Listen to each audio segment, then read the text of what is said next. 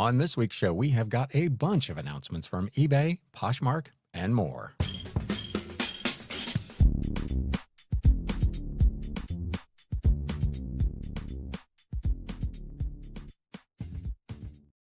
What is going on, Galaxians? Welcome to episode number 291 of the Galaxy CDs Rocks and Flips Reseller Talk podcast, bringing you all the news you need to know as a reseller. My name is Ryan, and I'm going to be your host. We have got a big update this week.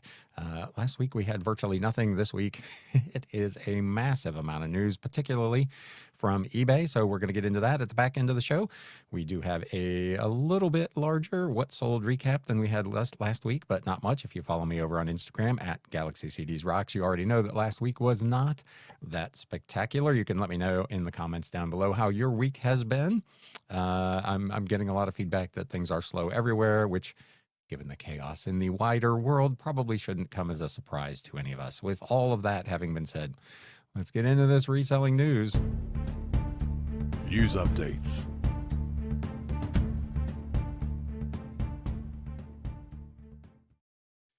So we've been talking about eBay and Facebook's partnership for some time, and this article appears over on E-commerce Bytes, and I will, of course, link to these in the show notes and the video description down below. But eBay has announced that sellers can now opt out of participation in the Facebook Marketplace, which is interesting. They announced last week that it is continuing to expand the number of sellers listings that it also displays on Facebook Marketplace, part of the collaboration that was announced back in January. There is no cost to eBay sellers, and while they have no control over which, if any, of the listings they have are shown on the marketplace, sellers can opt out according to new frequently asked questions eBay published last week. Displaying your listings on Facebook Marketplace helps you reach more buyers beyond eBay, comes at no additional cost to you, and is designed to increase visibility and sales. However, if you prefer not to have your listings visible on Facebook Marketplace, please see the opt-out instructions. It included a link to said instructions on the eBay website on how to opt out, which tells sellers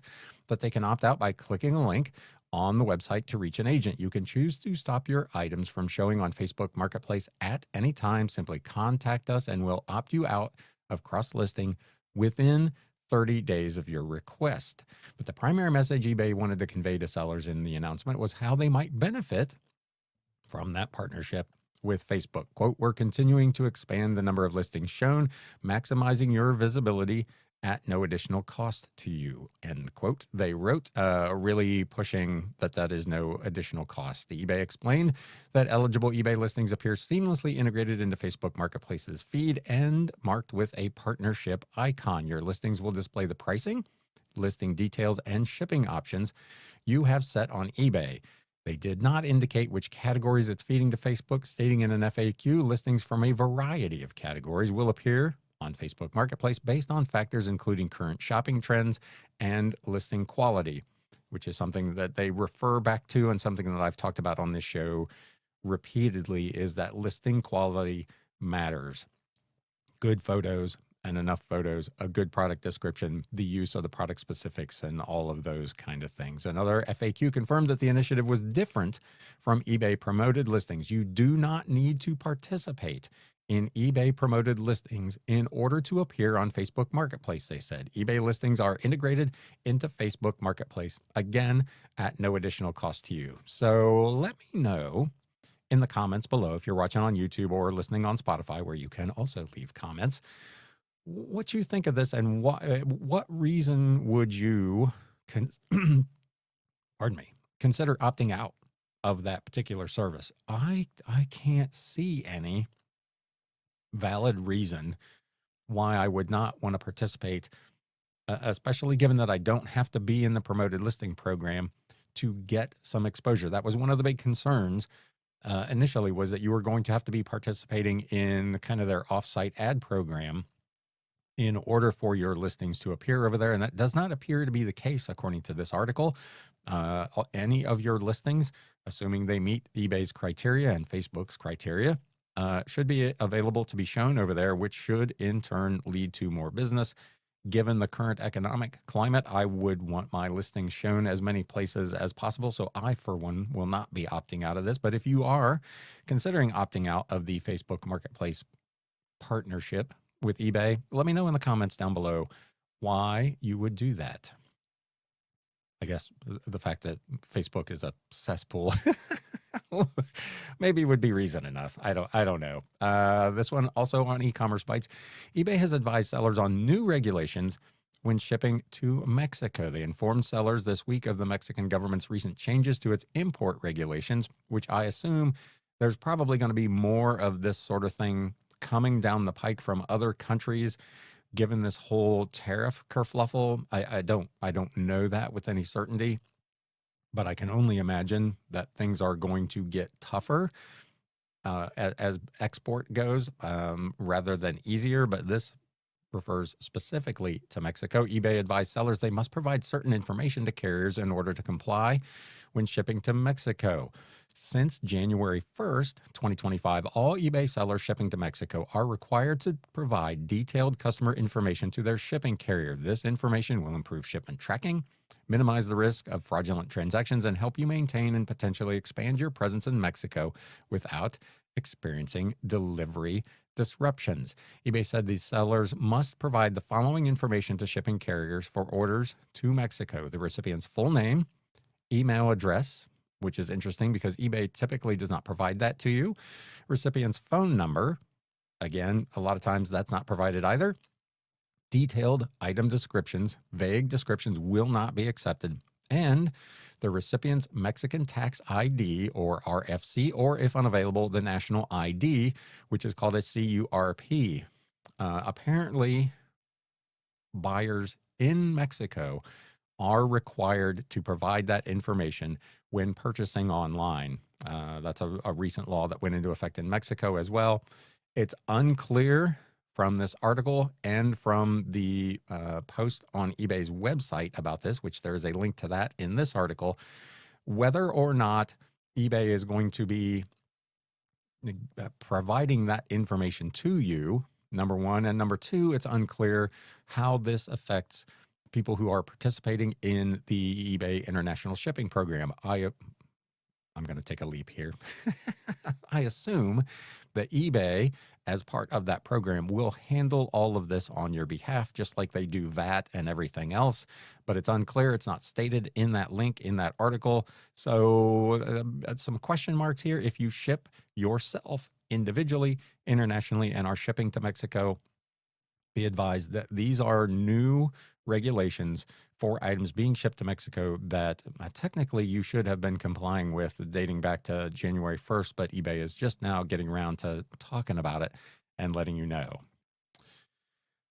This has always been an interesting topic, and it's one I've discussed on numerous occasions because eBay suggests every day that I increase my promoted listing base rate.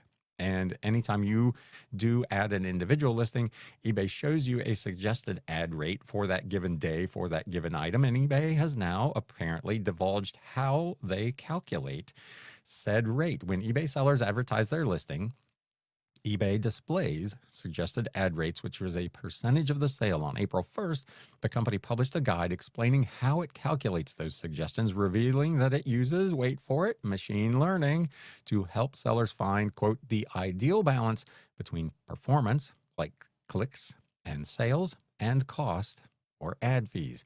eBay takes into account the following factors when displaying the suggested ad rate to sellers: competition, ad rates set by competitors, the number of listings in that item's category, increase or decrease in traffic for the item or category, buyer demand, and start or stop of other promoted listings.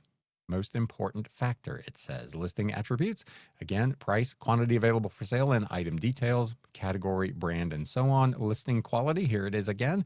Photos, examples, multiple and unique, description, condition, shipping, and so on. That's something that I always put in my product descriptions. Obviously, condition is good and an explanation of what that condition is and how that item is going to ship. Even though that's in the listing, you click whatever, Ground Advantage, UPS, FedEx, and it shows up in the main listing. I do also always, and a lot of people have told me previously that this is unnecessary, put in there into the product description why and how I'm going to ship it And apparently, eBay looks at that as part of listing quality, which is interesting. Past performance, seasonality, number of days listed, quantity sold, organic impressions. So, how many people are looking at this in an unpromoted way? Ad impressions, organic clicks, and ad clicks. eBay said suggested rates help sellers drive more sales, citing data compiled from June to July of 2024, which, to be fair, is a fairly narrow window. That's 2 months. It said sellers who increased their ad rate for, and this is important, high potential listings experienced an average sales boost of 15%. So even eBay is not suggesting that this is something that you should do on all items, even though they show you an increased rate on every item. Their own data says that it really is only effective on what they consider to be high potential listings. eBay recommended sellers experiment, apply the suggested ad rate to higher margin items, multi-quantity listings, or in competitive categories. These listings often benefit most from competitive ad rates. eBay published the announcement, and that includes a link on how to participate in the eBay advertising program. And this is something that I've said all along, particularly for those items that are that you want to do the promoted listings priority, which is a cost per click, that it really needs to be something that you're making good money on and can afford to absorb a bunch of clicks that you pay for that don't result in sales, that you've got a bunch of quantity of, and that is in a hyper competitive category. For me, selling random individual old books, raising my rate or participating in a cost per click ad program probably doesn't make sense. But if you are selling a multi-quantity, high-margin, quickly replenishable, and competitive item, their data says that this is a good program, and I would tend just on the surface to agree with that. Again, let me know down in the comments below what you think of that. This article appeared over on a site called Collect. eBay adds a new feature to send raw cards to PSA for grading. If you're a trading card seller, this is kind of big news. Eligible non-autograph cards must be priced over $250 to be eligible for this new program. This is really interesting. Online eBay, no kidding, Ryan. Online marketplace eBay, the article says, is adding a new feature that will allow customers to send eligible raw card purchases directly to PSA for grading. The program will begin rolling out Monday, with buyers seeing the new option in the coming weeks for individual raw non-autographed cards priced above $250 with more than 2 images in the listing. So there are kind of a list of criteria. Number one, again, this is one of those kind of gradually rolling out things. It's not going to be available probably for all listings and all buyers right away, but eventually we'll catch up with everybody. But it has to be a raw, non-autographed card priced above $250, and you've got to have more than 2 images in the listing, which is interesting because I think a lot of sellers may take a picture of the front and the back and be done with it. I would assume on a card, I don't sell in that category, over $250, you would probably take some close-up pictures of any particular issues or whatnot with the card. But again, I don't sell in that category. You can correct me if I'm wrong, but more than 2 images seems like it might be fairly standard for an expensive card. Eligible cards are included in eBay's Authenticity Guarantee service, which requires sellers to submit cards for inspection by PSA before they are shipped to the buyer.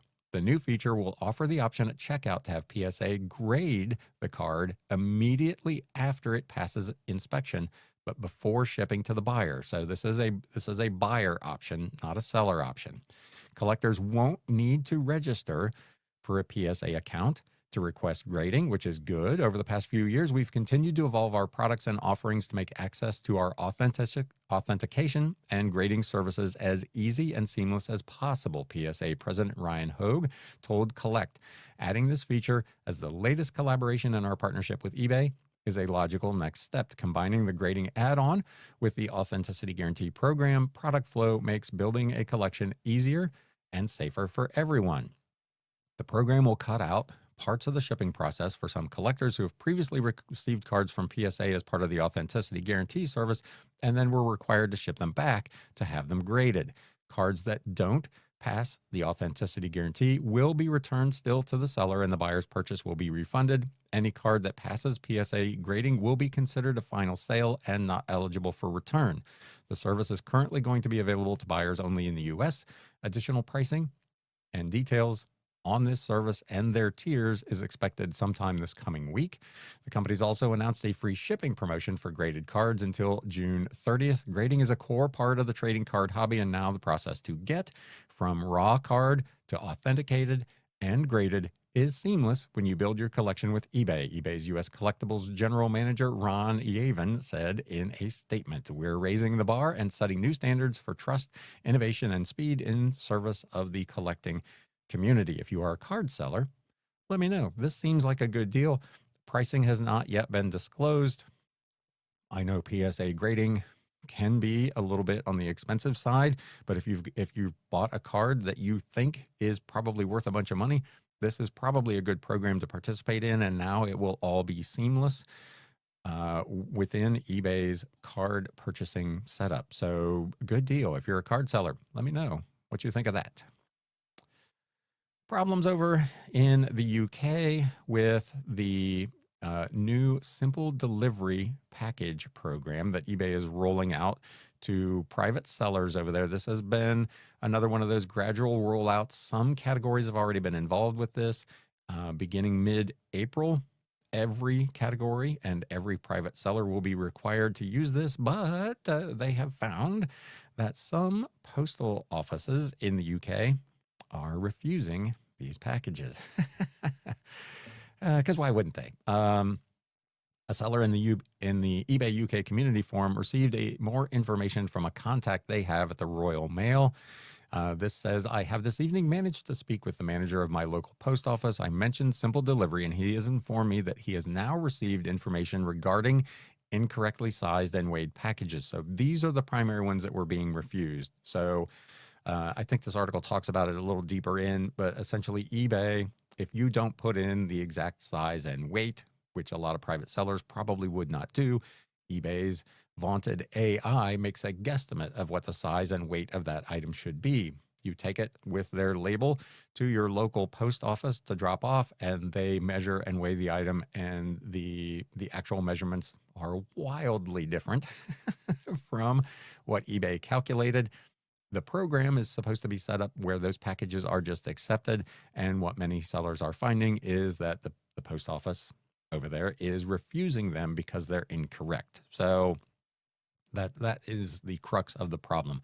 What follows, the writer continued, is straight from the horse's mouth, so to speak. "Hi, mate. Yeah, it's a weird one. We've been told any marketplace sellers that regardless of size, weight, etc., post office can accept them. However, the label will say specifically on it, marketplace seller." So to make it clear, the ones that we can accept. So this is one that's generated by eBay, and it will say on the package itself, on the label, marketplace seller. So if you have created a label on your own and the size and weight is incorrect, they are well within their rights to refuse it or whatever, charge you the difference and apply that postage to the package. But if you're using this program, which again, beginning in mid-April, you'll be required to do, the Royal Mail will have to accept that package, and then they'll deal with eBay on the other end to sort out, supposedly, the misapplication of the size and weight. Had one the other day, 3-kilogram package. The label said 500 gram small parcel, but also on the label on the bottom right, it said marketplace seller. So we accepted it then, and the Royal Mail will sort it out with eBay. It's a change just recently come about a couple of weeks ago to help customers avoid delays in getting their stuff. So it appears as long as your package again says marketplace seller, the post office will accept them, and then the Royal Mail will be dealing with eBay for any discrepancies. If this is true, it would appear eBay have sorted an agreement with, I assume he means the Royal Mail, when the eBay representative Marco stated in an earlier thread that the post offices must accept. He may well have been correct, but not party to all the information about marketplace seller having to appear on that label. If eBay could for once actually launch something with all the details required by the service users, there would not be so many worried sellers. Once again, I got this information, he said, from a post office manager, so hopefully it is correct. Here, if you're watching on YouTube, you can see an example of this label where it is in pretty bold type. it says right on it at the bottom, marketplace seller, and that it was paid and printed from eBay Simple Delivery. So these should be very clear and very easy to identify for your local postal drop off. However, it's clear the message has not gotten out to all branches yet. Sellers may still encounter some resistance when attempting to drop those packages off. The expansion of this program, as we mentioned, is not going well, with packages being refused, and the program does become mandatory for all private sellers in the UK in eligible categories on April 15th. So be aware of that. As long as your label says, what was it? Marketplace seller, they should be accepting that package. We may be in that, again, gradual rollout, bit of a gray zone going on now, but effective on April 15th. Hopefully this situation is resolved and the Royal Mail and eBay will deal with it, and your responsibility will be just to show up and drop that package off. Let me know if you're watching from the UK and you have tried to drop off a package with this service and you've had a problem. This article appeared over on Value Added Resource, to give credit where credit is due. This one is also on Value Added Resource. eBay is making some changes to their seller updates. They're changing it to seller news and announcing more frequent communications. eBay is tweaking how they communicate updates with sellers, moving from 3 to 4 major updates a year to a monthly cadence for seller news. Sellers received the following email from eBay last week, advising that seller updates are evolving into seller news. We wanted to let you know that Seller Update is evolving into Seller News. It'll remain your trusted source for the latest updates, and with a more frequent cadence, you'll never miss any important news, whether it's about new tools and enhancements designed to simplify your business operations or regulatory and policy changes to ensure easy compliance. Seller News is your go-to for everything you need to know. Stay ahead of the curve by diving into this month's updates. If you don't want to do that, you can, shameless plug, subscribe to this YouTube channel or follow the podcast if you're not currently doing that, because I cover all of those updates as they come out and are relevant to what you might be doing. The update that was published for this first edition of the Seller News was very light, including only additional details about the expansion of the Facebook Marketplace, which we just covered, and new import regulations for Mexico, which we just covered as well. So the proof's in the pudding. I already covered what was in the Seller News for this month, and you already know about it before we even talked about it being Seller News. So there you go. This is probably a good move. I assume they're still going to do the quarterly seller updates. Maybe they're not. Maybe they're just replacing it with this, what will be essentially a blog post of monthly updates. That cadence is preferable. I really don't want to wait till the end of the quarter to find something out. To be fair, the last handful of those seller events have not been particularly newsworthy anyway. So a more frequent cadence with more timely and relevant information is probably a win. So we'll see how this goes.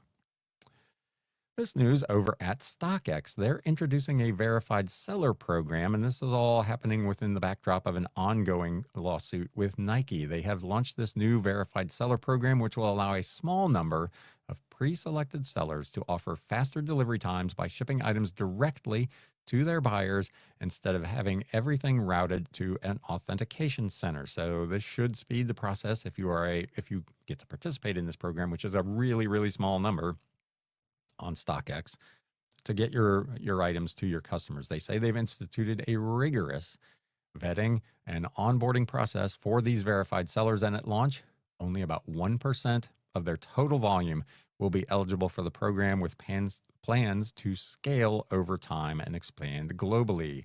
Their CEO, Greg Schwartz, said StockX was among the first marketplaces to make product verification a top priority, and that isn't going away. We've spent millions investing in our physical verification process to make it as strong as possible, and we spent months meticulously designing the verified seller program to ensure we uphold our high standards and meet the expectations of our customers. We believe this program does that while also providing access to more products that are all backed by our StockX buyer promise. When we innovate to improve the customer experience, everybody wins, and StockX Verified Seller is the latest example of our commitment to doing that. There is a pretty healthy list of criteria that verified sellers must meet, which includes, but is not limited to, a background check. StockX will conduct a background check and identity verification checks using their partners. Compliance standards to maintain quality service and reliable transactions. They will closely monitor seller performance to ensure they're adhering to those standards at any time. If a seller does not meet those standards, they will be removed from the program. Performance criteria. They must maintain a consistent performance record for all orders. This includes, again, strict adherence to our product condition guidelines, shipping deadlines, and other criteria. They must participate in seller training, in product listing guidelines, packaging, and shipping to adhere to StockX's standard operating procedures, and submit themselves to regular audits. StockX will conduct regular audits of all sellers in the program to ensure compliance with StockX policies. This may include site visits and secret shopper audits. So this is a pretty big deal. Even if the items sold by verified sellers won't be going through StockX authentication, buyers can be assured they will still be covered by StockX's buyer promise and 14-day return policy. So a pretty limited number of sellers and a pretty stringent set of requirements for this. If you are a sneaker seller over on StockX, let me know what you think of this. Is this something you would be interested in participating in? If you're a buyer over there, let me know. If you would prefer that everything just went through the authentication program, I guess I understand the thought process behind trying to get items to buyers more quickly. But I think this will probably only apply to a really tiny number of people. And it seems like maybe an awfully big expense, to be honest, for the company to go through for such a small number of sellers. The move does come as the company is still mired in an ongoing lawsuit brought by Nike, started back in 2022 as trademark dispute over non-fungible tokens, NFTs, but has expanded to include claims regarding sales of counterfeit sneakers and false advertising claims. So there's a lot going on with StockX, and there's no indication that this program is specifically connected to that lawsuit in any way, but that's just to give you some background. Last thing in the news this week, I told you it was a pretty healthy one. Poshmark announced a price increase last week for shipping price, giving sellers one whole day of notice, which, again, I guess in something like this, you're going to do it. There's not really anything to prepare for, and it wasn't a huge increase, but it does potentially cross a bit of a psychological threshold. Poshmark is increasing the cost of Posh Post shipping by 30 cents from $7.97 to $8.27 effective. This went into effect on April 3rd. It was announced in an email to sellers on Poshmark on April 2nd, so not a lot of notice. They received the following email. At Poshmark, shipping is designed to be cost-effective, simple, and fast. For over a decade, our flat-rate system has made it easy to buy and sell with no surprises. Starting April 3rd, Poshmark shipping will be $8.27 with Posh Post, available exclusively to our community. Shipping is cost-effective. Anything up to 5 pounds, like a workout, duffel, a dress, or a bundle, with no hidden fees or price jumps. It is simple. Use any box or envelope or pick up free priority mail packaging from USPS. Fast, get USPS priority mail service with 1 to 3 day delivery and tracking included. Every order also includes Posh Protect, our built-in buyer protection, so you can shop and sell with confidence. Thank you for being part of our community. We're committed to keeping a simple, trusted shopping experience, they say. Sellers were discussing the changes on Reddit, of course, with some expressing some frustration. I'm annoyed they keep giving short notice on changes, but that's still a great shipping rate. Most of my sales are on eBay, and I charge the exact rate shipping, and buyers have no complaints. This writer said the cost of shipping is high, and so many people complain about Poshmark shipping, comparing it to big retailers. Hello, Amazon. They get massive discounts from the post office. If you were to walk into the post office to ship something to your grandma across the country via priority mail, the retail rate is very likely higher than $8.27, which is 100% true. Others, however, had varying opinions about whether the new rate was a good deal or too high. Here's where the customer psychology will hurt. One said it's only a 30-cent increase, but going over that $8 threshold gives you sticker shock. Remember Etsy? We've talked about it on several instances. I'm trying to remember. I think their number is $6, if I'm not mistaken. But they are actually using the shipping price on your item as part of the criteria of when and whether your item will actually even get surfaced in search over on Etsy. That they think that threshold is so important for shipping. And now Poshmark is pushing the envelope by going over $8. Again, that the old retail psychology, you price something at $7.99 and people see $7.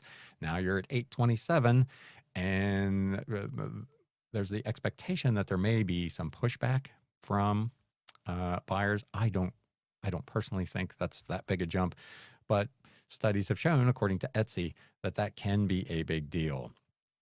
That, my friends, is the reselling news. If you got something out of that today, let me know, either with a comment or, as always, click that thumbs up button and let the YouTube algorithm know this was a good use of your time. With that, let's talk about some sold items here at the Galaxy.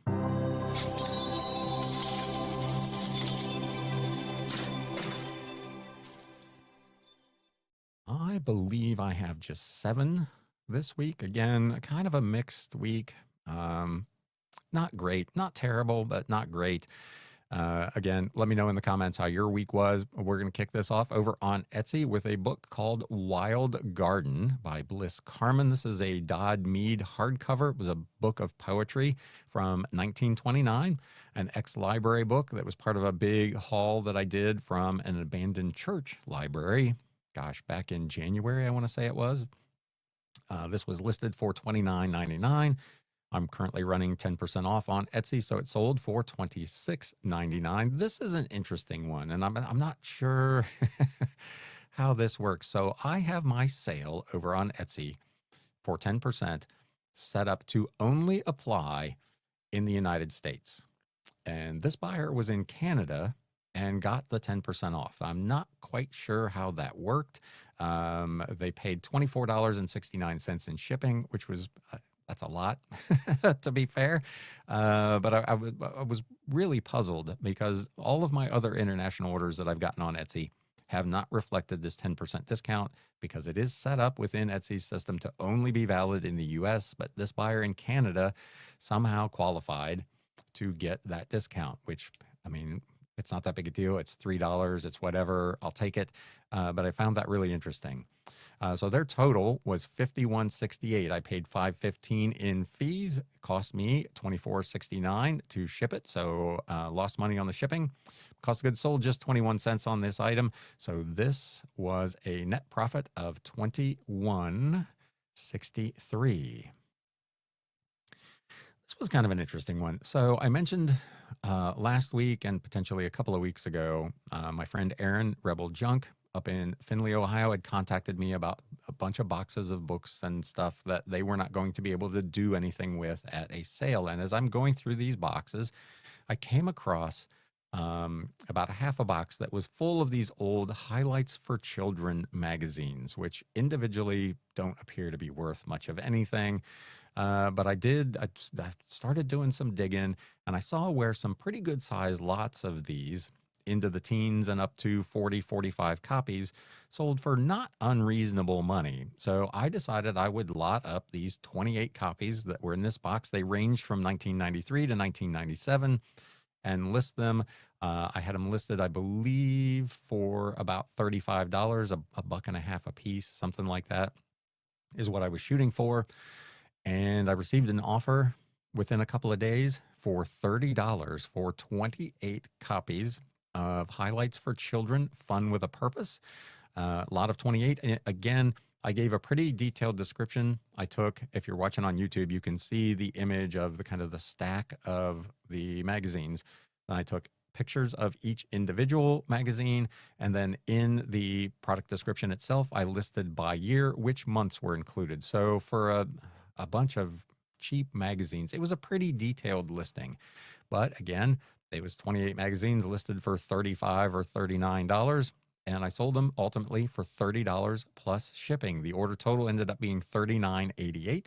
I paid $6.55 in fees, $2.79 for the promoted listing fee. Cost to ship these was $9.05. These went out by Ground Advantage. My cost of goods sold, thank you very much, Aaron, was $0. So these 28 magazines netted me $21.49, which is a deal I will take every single week. This book was part of the big 1800 book lot that I did late last year. This is Rhodesian Epic by T.W. Baxter and R.W.S. Turner from 1968, a second edition illustrated hardcover in its dust jacket. Big, almost coffee table size book about the history of Rhodesia.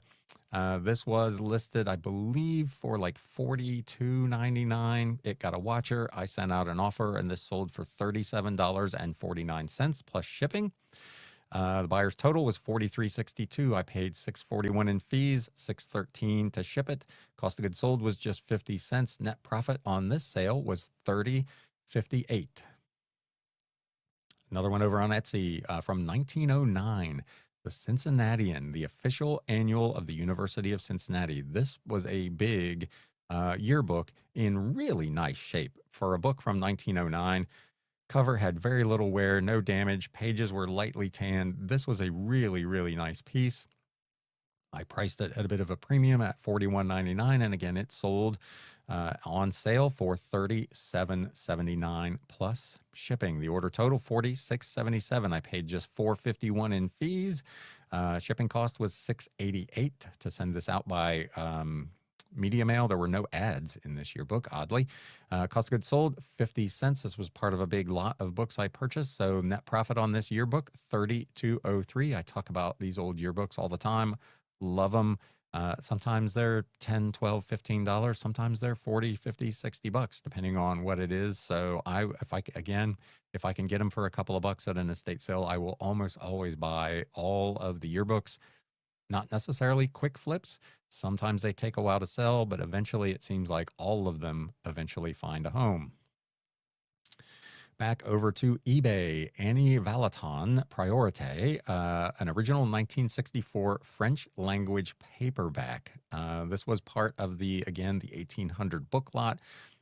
Small paperback book, 5 by 8 maybe, with lots of art in it. Really interesting piece, very hard to find, especially in French.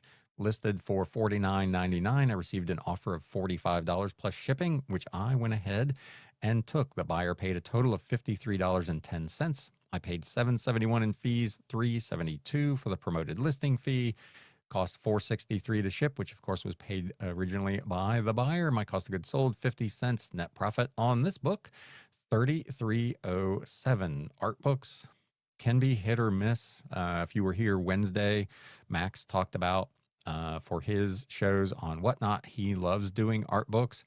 I've done a couple of art book shows on Whatnot as well with kind of mixed results, but some of these can bring pretty decent money. One of my favorite old material engineering textbooks. This is Dislocations in Metals by Kohler, Seitz, Red, and Shockley. Published by Orawan, hardcover from 1954, an old textbook on metallurgy.